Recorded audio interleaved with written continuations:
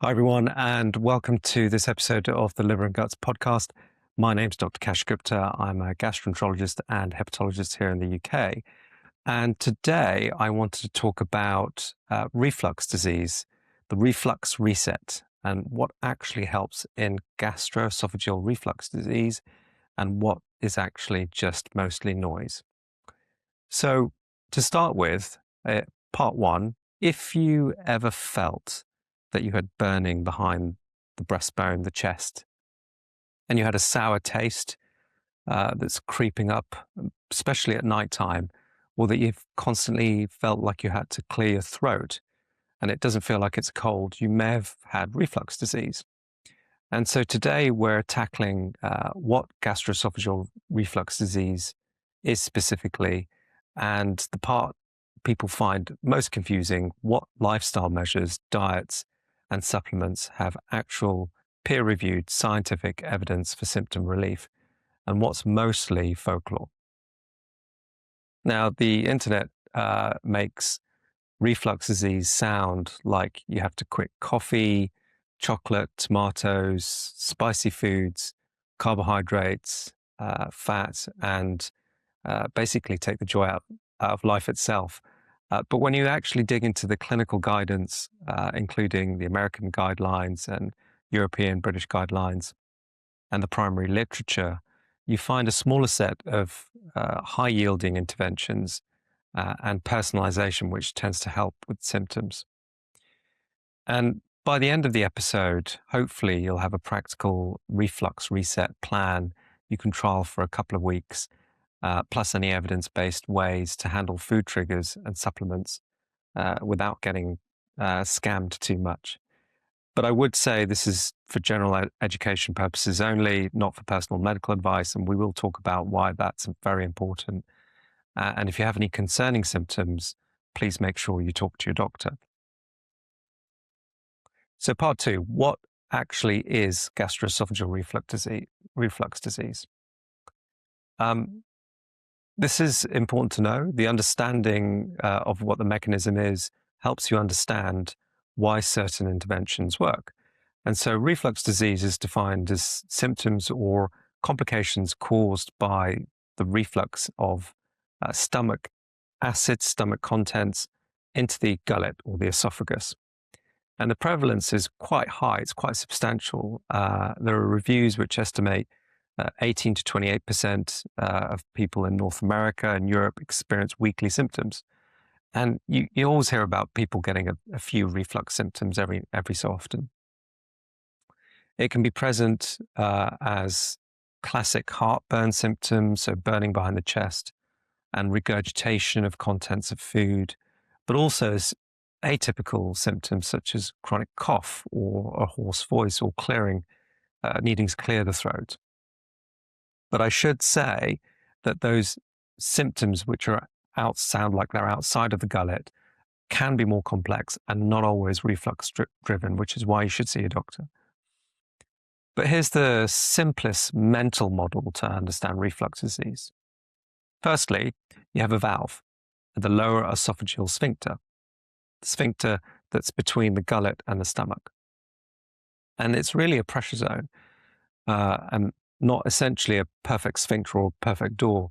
It's supported by the crural diaphragm ligaments.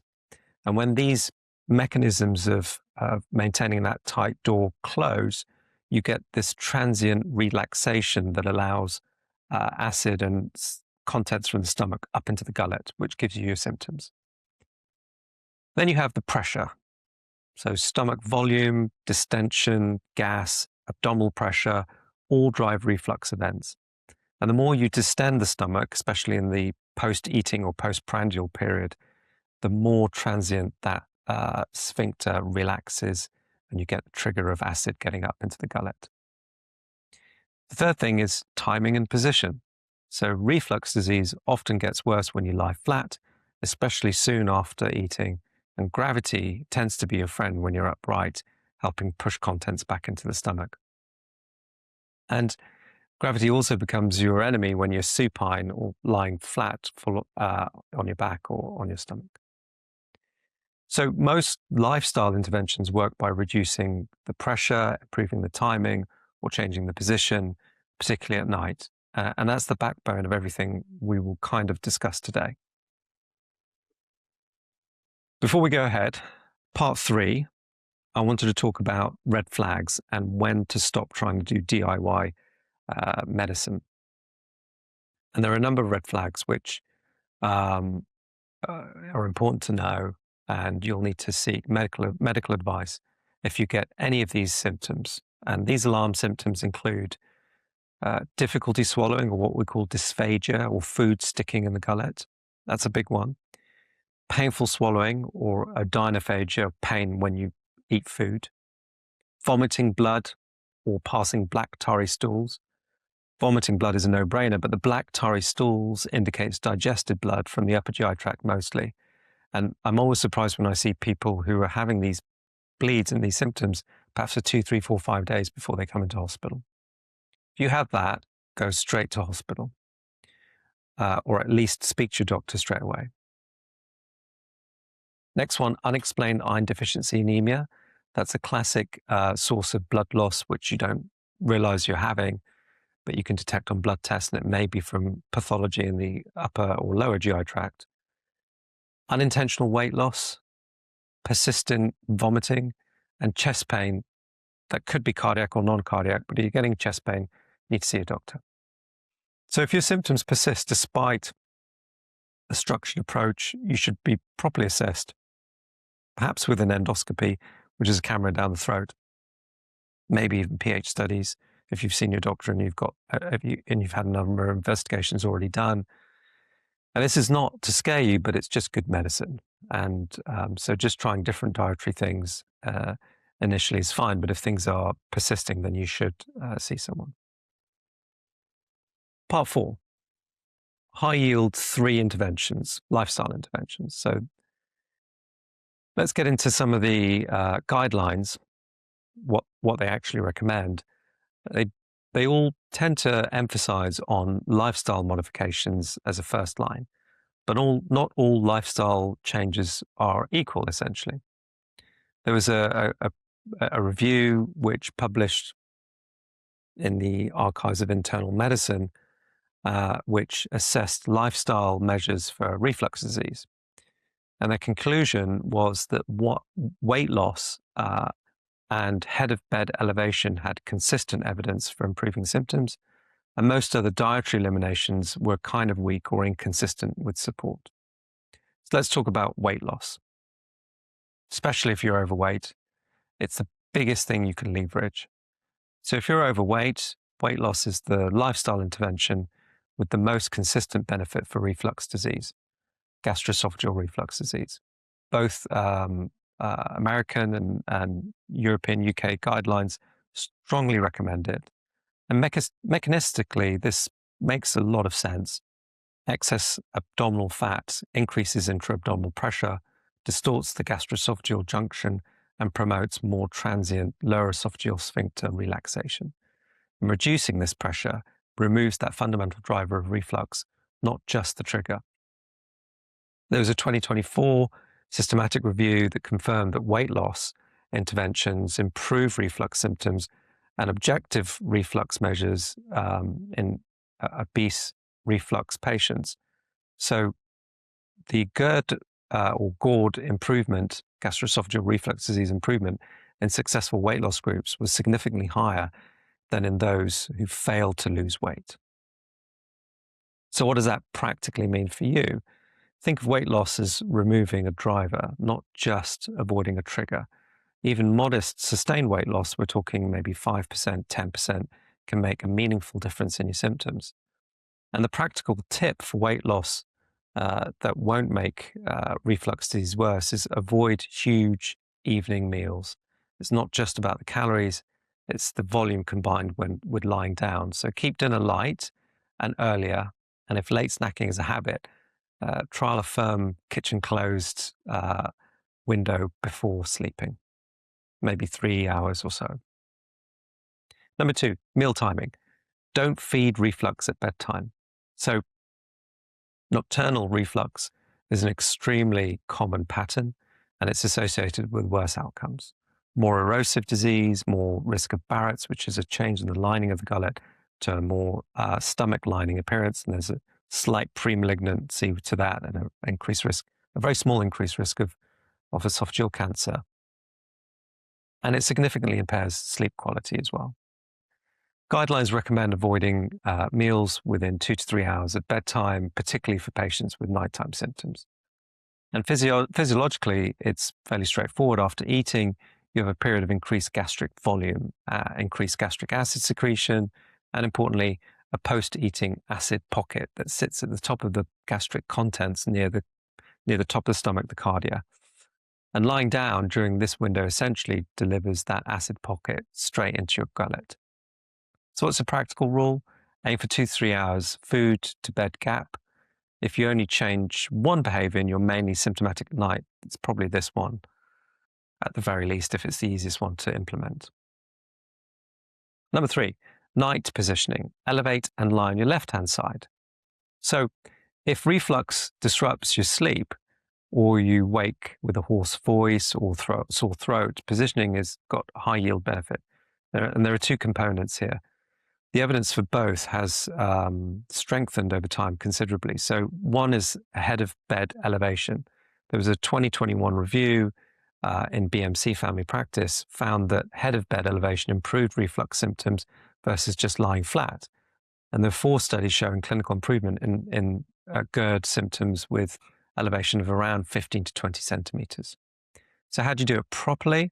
Raise the head of the bed with blocks about 6 to 8 inches, or use a proper wedged pillow. The key point is don't try and stack pillows, because it often fails because you bend at the waist rather than have a gradual rise. And what that will do is increase your abdominal pressure if you bend at the waist. So you want a gentle gradient from head to hips, not a kink in your midsection. Second thing was left lateral sleeping, so lying on your left-hand side.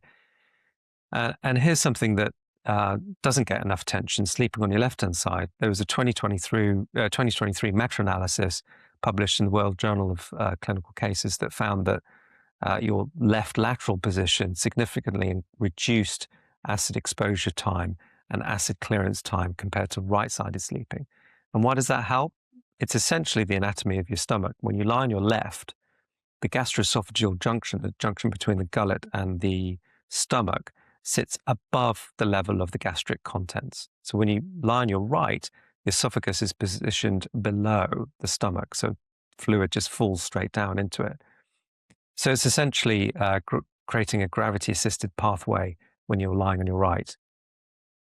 There's a nice randomized controlled trial in 2022 which tested an electronic wearable device that vibrated when patients rolled onto their right side. And the results showed that 44% achieved treatment success in the intervention group versus 24% in the sham group. So patients spent 60% of the night on their left side compared to 38% with the sham, and that had significantly more reflux-free nights, so better symptoms when you're lying on your left.